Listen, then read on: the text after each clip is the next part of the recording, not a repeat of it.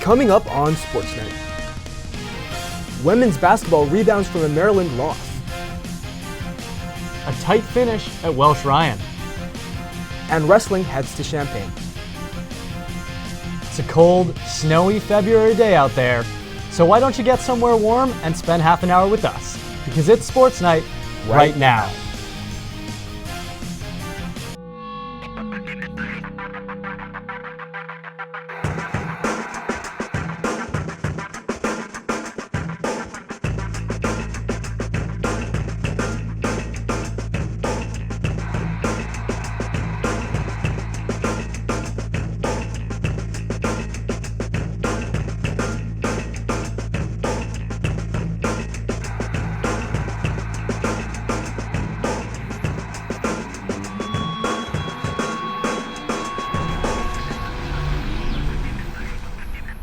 Welcome back to Sports Night. Chris, you've been gone last quarter, but I'm so glad to have you back. How are you doing? I'm great. You know, it's great to be back. I missed this chair, honestly, but I'm excited to get back and talk some Northwestern sports. Well, we've missed you, Chris, and it's always nice to be on desk with you, but let's get right on with the show. The Northwestern women's basketball team have been surging, but after falling to the Maryland Terrapins, the Cats look to bounce back against a Big Ten rival in the Michigan Wolverines. Let's see how they did. The number 16 ranked women's basketball team took on the Michigan Wolverines at home last weekend, and the Cats came out of the gates looking ready to hunt. This is Veronica Burton with a layup and part of the Cats' 20-point first quarter. Despite this, however, the Wolverines would not go away, and the Cats would trail by 1 at halftime. But in the second half, the Cats put the pedal on the gas and did not let up. Here's a three by Lindsey Pulliam. She had 32 points in the game, and the fourth quarter ended up in a shootout for both teams, with the Cats combining with the Wolverines for 50 points. Abby Scheid also had a great game, shooting a perfect 3 from 3 for distance, and the Cats would eventually come out victorious 81-73. The Cats rolled into Penn State hot, but got surprised a bit early. Northwestern was actually down for much of the first half, and credit to Penn State, they were 4 of 6 from behind the arc before halftime. Northwestern was never down big, though, thanks to some sharp shooting as well. Jordan Hamilton sinks the 3 there. The teams traded threes like haymaker punches, and the Cats went into halftime down just 1. Now, I'd love to know what Joe McCown said in that locker room, because the Cats erupted in the third for one of the most impressive quarters I've seen in a basketball game. Check this out. Northwestern scored 22 points in the last 6 minutes of the third. 4 different players hit a triple, including Lindsey Pulliam right there. Pulliam, she wasn't done. The junior had 19, including 2 on this so sweet jumper. And Penn State couldn't keep up. The final in University Park, Cats 82, Nittany Lions 59. And now we welcome in a member of the Northwestern women's basketball team, but also Sports Night family, Abby Wolf. So good to be with you. You too. I'm a little upset I didn't get a highlight in there, but I'll forgive you. We'll blame producer Andrew Fenichel for that. Now, Abby, I want to talk about how good the team has been, but I would be remiss not to ask about your own play.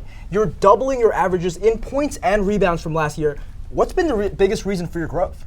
Thanks, Abriel. You know, I worked really hard over the summer. I knew I would have a bigger role, and with Palace leaving. And then when you get more than double the minutes, you expect about double the points. So it's just been fun staying relaxed out there, trying to soak in my senior year. It's definitely a different Abby that we're watching this quarter, but this team is tied with the best record in the Big Ten. Why do you believe why your team has been so successful? We're sharing the basketball out there. We have one of the best defenses in the Big Ten, which has really carried us to the top. And it's every game. Our Coach McEwen says it's about us, not who we're playing, not who we have next. Just focus on this game and our play. So, you know, we know the Big Ten pretty well now. We can finish it strong with not too tough of a schedule left. I mean, Abby, I appreciate the normal athletes. We're taking it one game at a time, but we got to look ahead. I mean, what are your expectations for the final stretch of the season? What do you want to get out of this? Well, we're positioned to be Big Ten champs right now in the regular season and have a double bye heading into the Big Ten tournament. I've never been there. It's been a long time since Northwestern women's basketball has been positioned to finish that strong in the postseason. We just came out 16th projected in NCAA tournament, which would mean we have 2 home games in the Big Dance. So looking forward to entering both of those tournaments. Well, thanks, Abby. I know the Wildcat fans are definitely excited. And Abby and the Wildcats will be back in action on Monday against the Michigan State Trojans. Well, the longer the Cats basketball season goes, the longer Welsh Ryan Arena will be getting loud. Our own Jack Lito caught up with the one voice that cuts above the rest.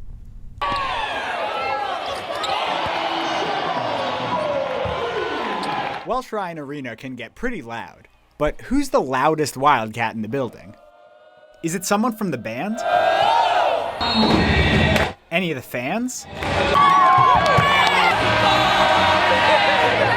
What about Dr. Phillips? Take another listen. Do you hear him? That's the voice of Pete Friedman, the public address announcer for Northwestern women's basketball. He's been in the position for 9 years, but he's been a Wildcat for 4 decades. Once I got here, I bled purple right away. Friedman graduated from Northwestern in 1979. He developed his voice at WNUR Radio, but his passion for the Cats began as a member of the marching band.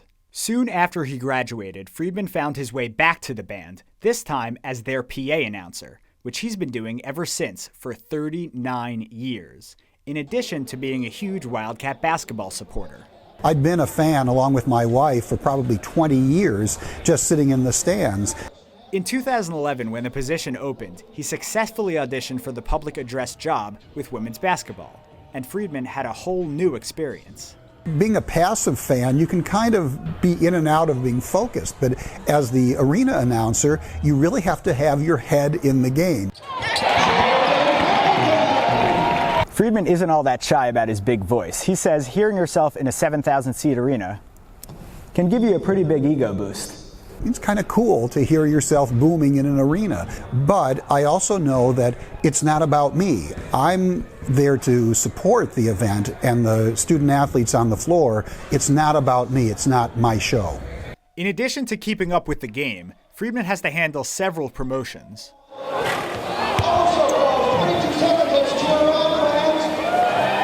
And he has to sort through dozens of scripts.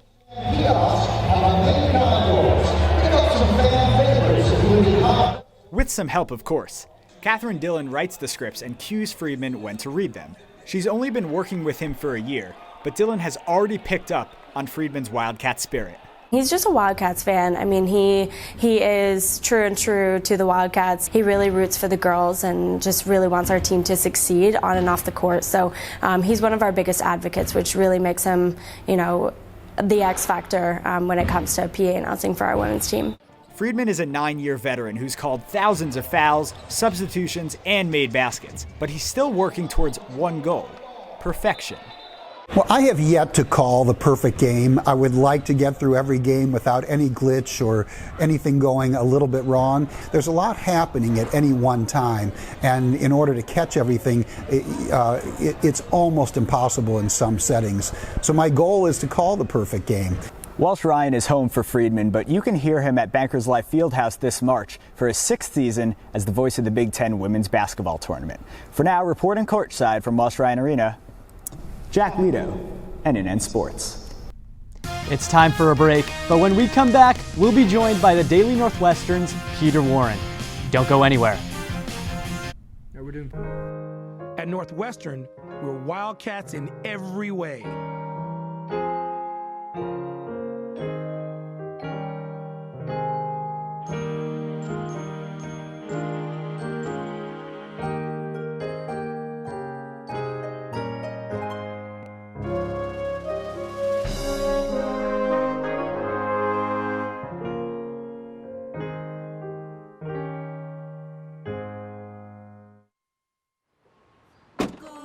Northwestern break right through that.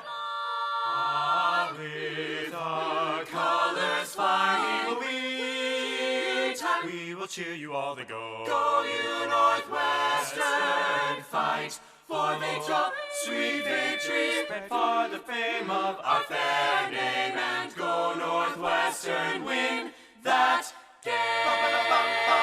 Go Cats! At Northwestern University, we are pioneering innovation and achieving excellence across every imaginable discipline.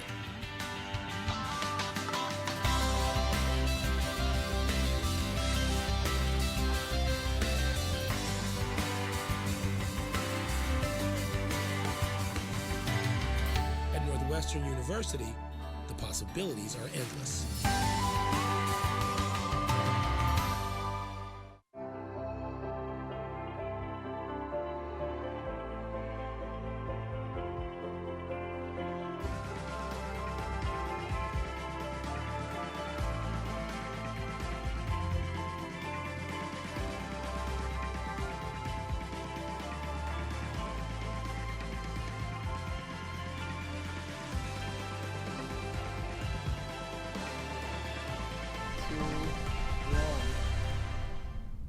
Welcome back.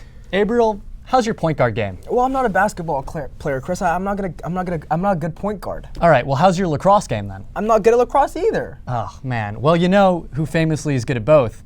Men's basketball's Pat Spencer. Speaking of, coming off a loss against the Spartans, the Northwestern men's basketball team has been on a 5-game losing streak.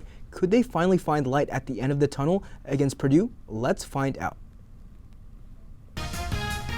Men's basketball was back in Evanston, where the Cats would try to avoid a lengthy 6-game losing streak against the Purdue Boilermakers. Northwestern won the first half of this game and looked like they would run away with it early as Robbie Barron drains a 3 to put the Cats up 4. With about 7 minutes left in the first, Miller Cup gets the ball and knocks down a 3 with a defender in his face. Good signs for the Cats, and in the second half they would not let up. Barron was clutched from downtown as he sunk yet another shot from distance to put his team up by double digits with 12 minutes to play. But Purdue would not go away, and a familiar Northwestern nightmare took place. With under 10 seconds to play, Sasha Stefanovic did what he does best, keeping Purdue's tournament hopes alive with a 3 to take the lead. Northwestern would have one more chance to win the game, but Spencer would miss the rim, and the Purdue Boilermakers would spoil the Cats' weekend with a 61-58 victory at Welsh Ryan Arena, making it 6 losses in a row for Northwestern. The Cats will look to bounce back against Rutgers this Sunday. Joining me now is Daily Northwestern senior staffer, Peter Warren. Peter, as always, it's a pleasure to have you here. Great to have you back, Chris. I missed you last quarter. I missed you too, man. Well, this men's basketball season has been tough to watch at times, but I want to look at it in terms of the expectations. You know, was this actually a disappointment, or should we have seen this coming? You know, Chris, that's a great question you asked there, because, you know, coming to the season, most national media had Northwestern ranked 14th, you know, last in the conference. There were a few had them 13th, but nobody really had high expectations for Northwestern this year. So you look at the record, you look at where they are, it's not super surprising, but the way they've losing really makes you feel like they haven't met expectations. I mean, you mentioned the Purdue game. That, you know, really should have been a win. You mentioned other games against sort of Maryland, where they were up 14 at the half.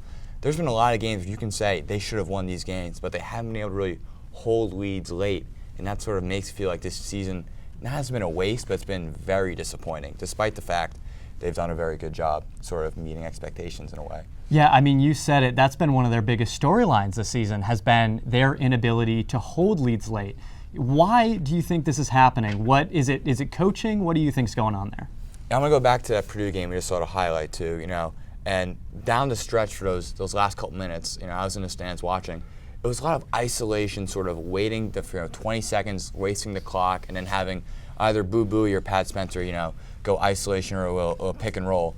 And while, you know, that might work for some other teams, I mean, I think Boo and Pat are great players, but they're not at that level where it's sort of time to, you know, let them just run ISO for the last 4 minutes of the game. You got to run your offense and still get into sets, try to get Miller caught the ball in the wing, you know, maybe a Ryan Young post up here and there. It's just when you have sort of a stagnant offense, for an offense that, you know, better than last year but still struggling, if you're not going to get anything going, it's really tough to sort of close out games, and we've seen that now against Purdue, most recently out of, you know, 4 or 5 other games. Now, Peter, basketball is of course important, but I heard a rumor that Northwestern fans will have an extra reason to come see basketball soon. Am I right about this? So it's not official yet, but, you know, last week Evanston Town Council, City Council voted 5-4 to have alcohol be able to be served at Welsh Ryan Arena heading into hopefully next season. Now, a lot of, you know, people around town are not big fans of this deal. They've come out previously against, you know, these sort of things at Ryan Field and Welsh Ryan Arena. Obviously, Evanston, you know, famously, started a temperance movement. But I think this could actually be very big for Northwestern, as a school. My great friend Charlie Goldsmith, last week wrote about attendance numbers at Welsh Ryan Arena being the worst in the Chris Collins era and really the worst in many years. And so something like alcohol that can get fans and especially students to come out to games and support, I think it could really have a great impact, not only just for revenue-wise, but just to get a rowdy crowd that it feels like Welsh Ryan Arena, ever since it opened last year, really hasn't been able to get. Yeah.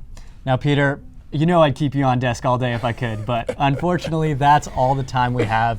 Be sure and check out Peter's work in the Daily, pick up a copy, or visit dailynorthwestern.com. Now everyone knows about Northwestern basketball, but if you didn't know about Northwestern fencing, you should. They earned a best ever #2 ranking last year, and this year they are looking to be even more on point. Our very own Matthew Coronado has the story. This past Saturday, the women's fencing team defended their home turf at Ryan Fieldhouse in the NU duels.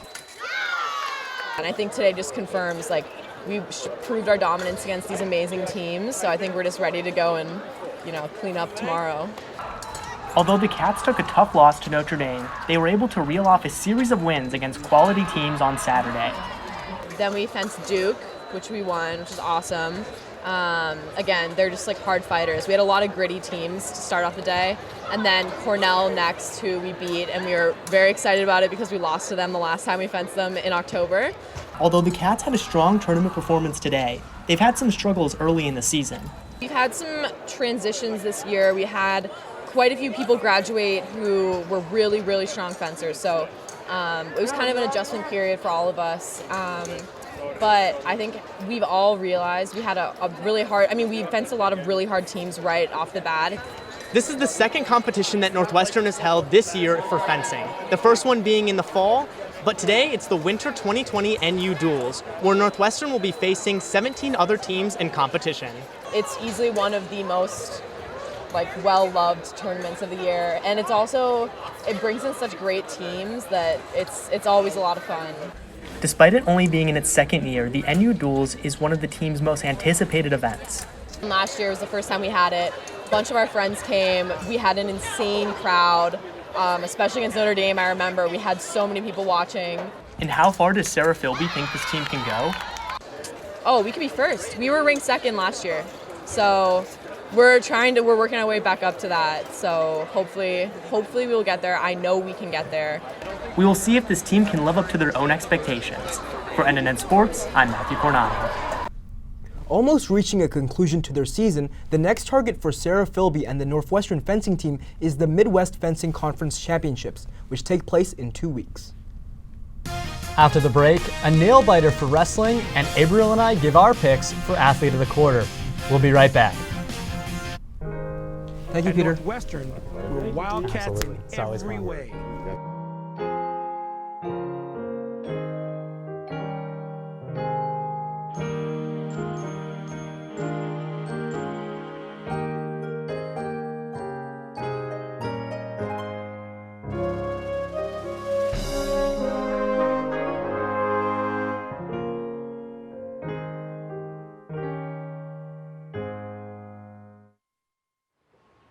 Go Northwestern, break right through that. With our colors flying, we will cheer you all to go. Go you Northwestern, fight for victory, sweet victory, spread for the fame of our fair name, and go Northwestern, win that game. Go Cats! At Northwestern University, we are pioneering innovation and achieving excellence across every imaginable discipline.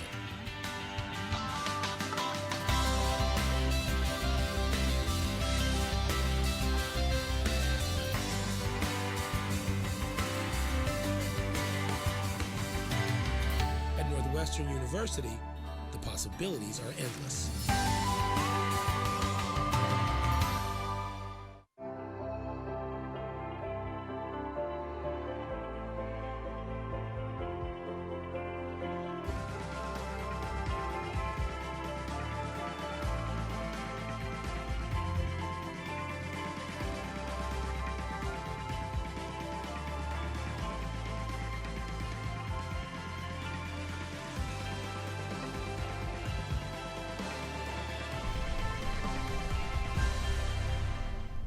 Welcome back. Chris, it's already good to have you on. And you know what I miss? I miss debating with you.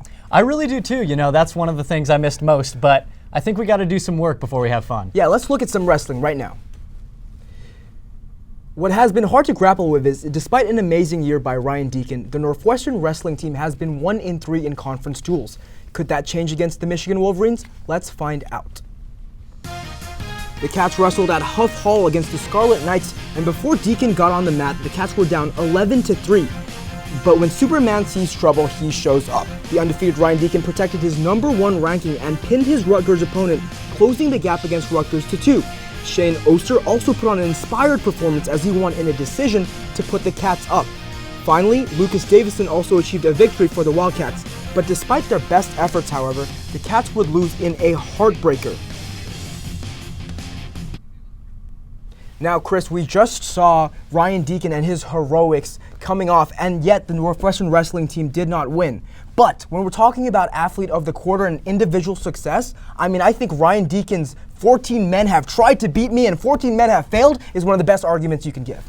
I mean, you're right. It's almost halfway through the quarter, so it's time to start, thinking about it. And Deacon's been very impressive, of course, but I want to throw a person out there who not just has been successful personally, but has had some team success. I'm going to go with Lindsey Pulliam. I mean, you look at where she's brought this Northwestern Wildcats team, highest ranking in 5 years. They were up to number 16. They're number 21 now, but she has carried this team to new heights, and she's also led by example, scoring 19.2 points per game. That's number 23 in the NCAA. That's ridiculous. I mean, she's doing everything for this team, and she's bringing them to a higher height. And I think that's why she's my athlete of the quarter so far. Well, Chris, if you're talking about team success, I definitely can't argue with you. The Northwestern wrestling team is not on the level of the Northwestern women's basketball team, but Ryan Deacon's been knocking on that door. Last year, he was 6th in the NCAA championships, and the year before that, he and Sebastian Rivera were a rookie tandem that racked 63 wins combined, which is the most since 1986 for Northwestern. And I think that this year, it's just a different Ryan Deacon. You don't have to call him Ryan Deacon anymore. You can just call him the best 157-pound wrestler in the world. You got those punchy sound bites, man. I appreciate you for it. But all I will say is that we're going to see Lindsey Pulliam in the postseason, and I think that's something that you can't put Ryan Deacon above her for. Well, you know what? I agree with you and I disagree with you, but it's been a treat to watch both of them. The Northwestern men's tennis team took on the Louisville Cardinals this past Friday afternoon, and the Wildcats dominated the Birds. The Northwestern doubles teams flexed their muscle, sweeping all 3 matchups, including the duo of Nick Brooks and Simon Batham, winning 5-3 unfinished over Sergio Hernandez and Fabian Saul. Northwestern's only loss came in the singles, where number 4 Trice Perkins fell 6-4 and 6-1. The Cats headed south to Durham on Sunday, but their luck ran out against an undefeated Duke team. The Blue Devils swept Northwestern 4-0. The Cats had a real shot at the doubles point. The number 2 team, Chris Efron and Dominic Starry, fell quickly. But at number 3, Stephen Foreman and Nada Spear won their match 6-3. The number 1 team of Simon Brathholm and Nick Brooks took Duke's Nick Stachowiak and Sean Scully to a tiebreaker game, but lost. The Blue Devils rattled off 3 straight singles wins to wrap up the match and hand Northwestern its 2nd loss of the year. The Wildcats stay on the road this week, heading to Kentucky on Friday and Oklahoma State Sunday. On Friday, the Northwestern women's tennis team took on the number 13 Vanderbilt Commodores in the Wildcats' first home game of the season. The Wildcats were 1-1 coming into the match, looking to carry some momentum from their victory against Penn last week. Unfortunately, Northwestern came out flat. Sophomore Clarissa Hand and junior Caroline Pozo were the only victorious Wildcats, with both their wins coming in singles. In the end, the Commodores were too much for Northwestern to handle, as the Wildcats lost by a score of 5-2. We don't have much time left, but when we come back, we'll show you which Wildcat plays caught our eye this week. Don't go anywhere. At Northwestern, we're Wildcats in every way.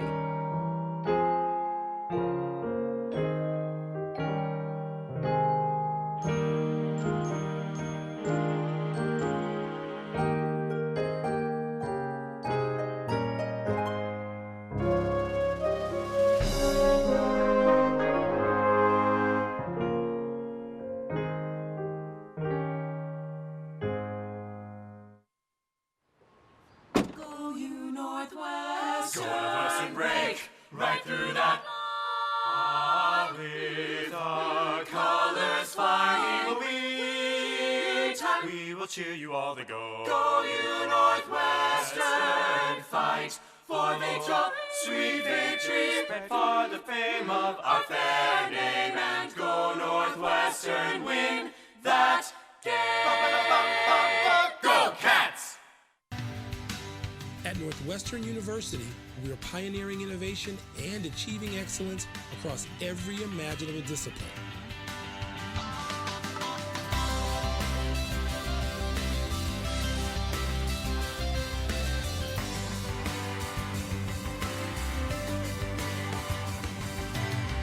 At Northwestern University, the possibilities are endless.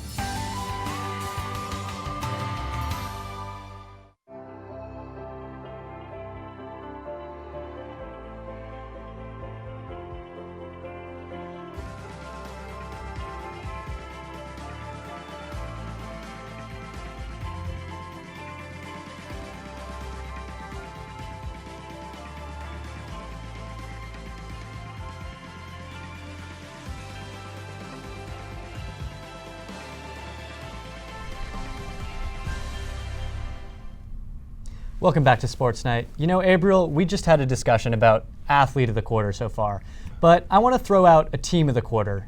And we talked about it. We had Abby in studio, but the women's basketball team has really been excelling this quarter. And, you know, we show their highlights on the show every week, but we haven't really explained just how good they are. And I think I just wanted to take the time to give Abby, Lindsay, everybody on the women's basketball team a shout out. We appreciate you guys, and we see what you're doing right now, and it's really special. So tune into those Wildcat games, and we'll see if they show up in our Plays of the Week. It's been a while since we had a top play in wrestling, but of course it's Ryan Deacon. Secures the pin against Illinois' Eric Barone and stays undefeated on the season. And at number 2, we take you to University Park. Cats trying to beat the buzzer, and Abby shied. Lets it fly 3. Cats steamroll the Nittany Lions. And at number 1, we'll see. Oh, Andrew, I don't want to see this again. Purdue hits a 3, completes the comeback against the Cats. Men's basketball loses a heartbreaker. Well, it was a good play. It was a good play. What can you say? It was a good play. It was a great play. That's it for us tonight. Thank you so much for tuning in. Catch us next Thursday at 7 for the latest in Northwestern sports, and for content outside of the show, be sure to follow us on Twitter at NNN Sports. For Abriel Siregar, I have been Chris Burton. Have a great night.